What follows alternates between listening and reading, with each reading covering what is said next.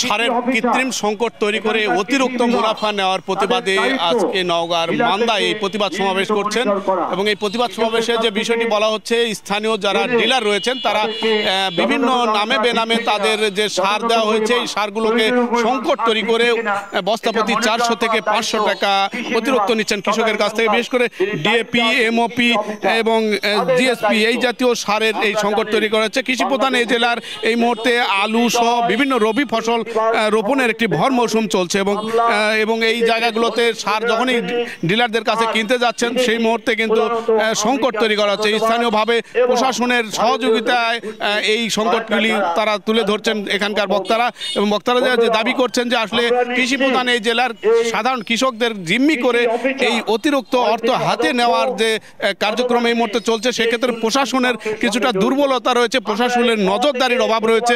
এর ফলে সাধারণ কৃষক কিন্তু প্রতারিত হচ্ছে। জেলা ফার্টিলাইজার সমিতি বা জেলা কৃষি বিভাগের তথ্য বলছে চলতি মৌসুমে এই রবি ফসল চাষাবাদের জন্য প্রায় 40,000 মেট্রিক টন সার কৃষক পর্যায়ে বা ডিলার পর্যায়ে সরবরাহ করা হয়েছে, কিন্তু ডিলার পর্যায়ে এই সারের এক ধরনের সংকট তৈরি করছেন এবং এই সংকটের কারণে বস্তায় যে দাম দেওয়া হয়েছে সেই দামের 300 থেকে 400 টাকা এই অতিরিক্ত তারা ডিলাররা হাতিয়ে নিচ্ছেন চাষিদের। এবং যখনই কৃষকরা সার কিনতে যাচ্ছে তখন কিন্তু অজুহাত দেওয়া হচ্ছে যে সারের সরবরাহ ঘাটতি, সার এই মুহূর্তে কম আসছে, এরকম একটা অজুহাতকে দাঁড় করিয়ে দিয়েই এই সংকটগুলি করা হচ্ছে।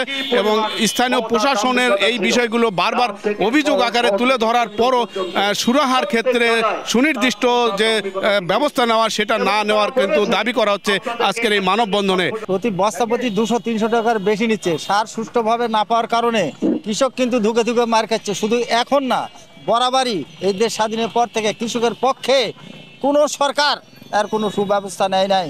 আজ এই প্রাকৃতিক দুর্যোগে কিন্তু কৃষক আজ দিশাহারা, লক্ষ লক্ষ কোটি কোটি টাকা কিন্তু কৃষকের পকেট থেকে চলে যাচ্ছে, অথচ সরকারের কোনো গুরুত্ব নাই। নওগাঁ জেলার যে প্রশাসন রয়েছে এই প্রশাসনের ব্যর্থতা, কারণ আজকে যে সিন্ডিকেট করা হচ্ছে কৃষকের উপরে বা কৃষক নিয়ে করা হচ্ছে, এটা তো অবশ্যই ডিসি সাহেব জানেন, কিন্তু জেনেও তিনি এই কাজগুলো করছেন না কেন? রাত্রে গাড়ি এসে ঢুকে রাতে এসে বিভিন্ন ব্যবসায়ীর কাছে এই সারগুলো উচ্চ দামে বিক্রি করে দেওয়া হয়।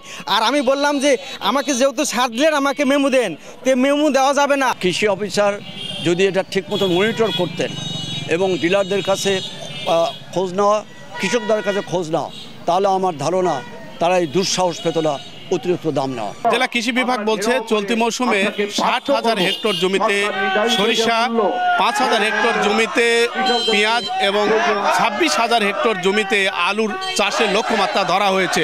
এবং এই লক্ষ্যমাত্রার বিপরীতে নভেম্বর পর্যন্ত সারের যে বরাদ্দ তা কিন্তু ইতিমধ্যে ডিলার পর্যায়ে সরবরাহ করা হয়েছে, কিন্তু কৃত্রিম এই সংকট সৃষ্টি করার জন্য মাঠ পর্যায়ে তারা তদারকি করছেন এবং তদারকির মাধ্যমে বাজার সহনীয় করার তারা চেষ্টা করছেন।